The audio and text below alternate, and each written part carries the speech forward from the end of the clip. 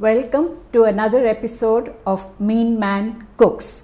I am Usha Kurpad and today I will be showing you how to prepare the very popular Punjabi dish Channa Masala. The ingredients required for this dish are about 400 grams of chana soaked overnight, about 3 medium-sized onions chopped roughly, about 12 to 15 cloves of garlic, 2.5-inch piece of ginger, 5 to 6 medium-sized tomatoes. Now some dry spices that we require, about 2 teaspoons of dhania powder, some Kashmiri chili powder to add color to the dish, a teaspoon of garam masala, 2 teaspoons of chili powder, and 2 teaspoons of Channa Masala, about half a teaspoon of turmeric, salt as required, and about 3 to 4 tablespoons of oil, a teaspoon of jeera for seasoning, 1 lemon, and for garnishing a chili, a few juliennes of ginger soaked in lemon juice and salt, and some coriander leaves chopped fine. Let's begin with the cooking process now. Let's transfer the chana to the cooker. I will not be adding salt now while it's cooking.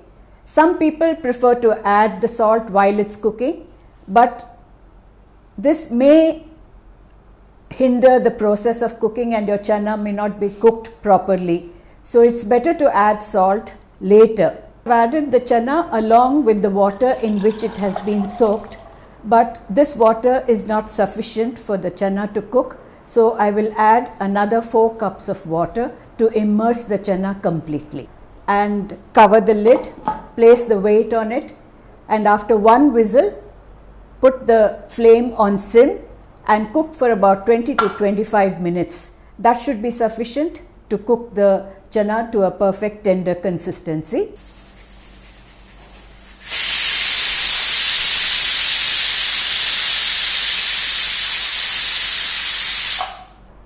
So that was the first whistle. I will reduce the flame and leave it on the stove for 20 minutes. And in the meantime, let's grind the onions, ginger and garlic to a paste.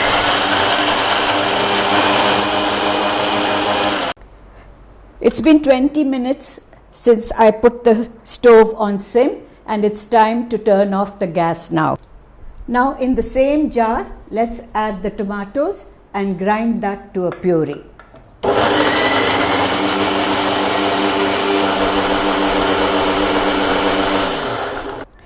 The wok is hot and smoking, so let's add some oil. I have added about 3 tablespoons of oil. Now I will add the jeera to it. The jeera is spluttering. Let's add the onion paste.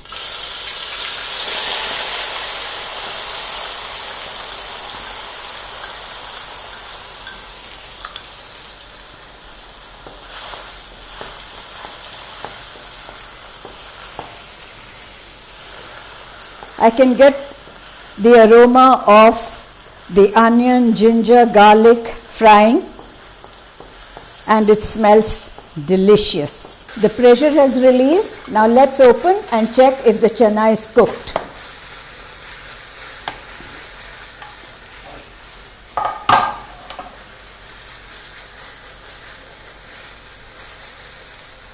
It's cooked to a perfect consistency and ready to go into the pan. The onion paste has browned well and it's time to add the tomato puree.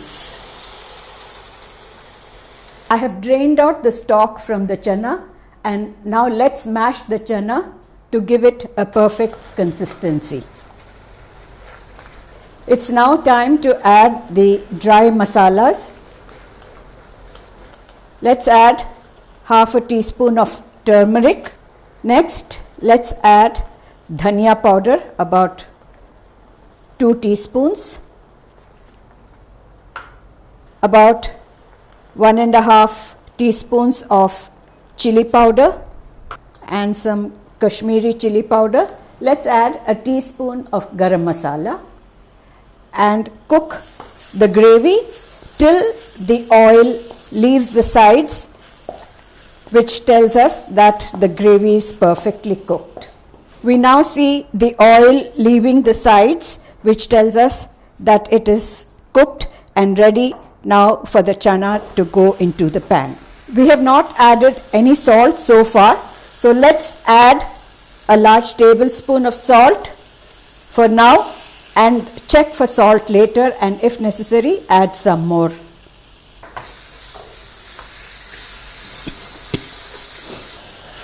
Now let's add the stock to the pan. After that, let's add the mashed chana and give it a good stir.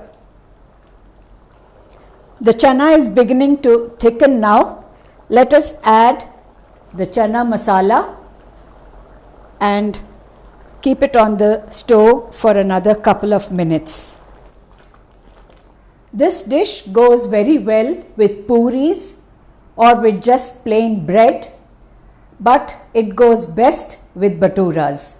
Chana batura is a very popular combination in most restaurants. For the recipe of baturas, please click on the link above. The chana is cooked to a perfect consistency. It's time to add the lemon juice and give it a final stir and turn off the gas. Let's now garnish the dish with some coriander leaves, ginger and a green chili. And it's now time for me to taste it.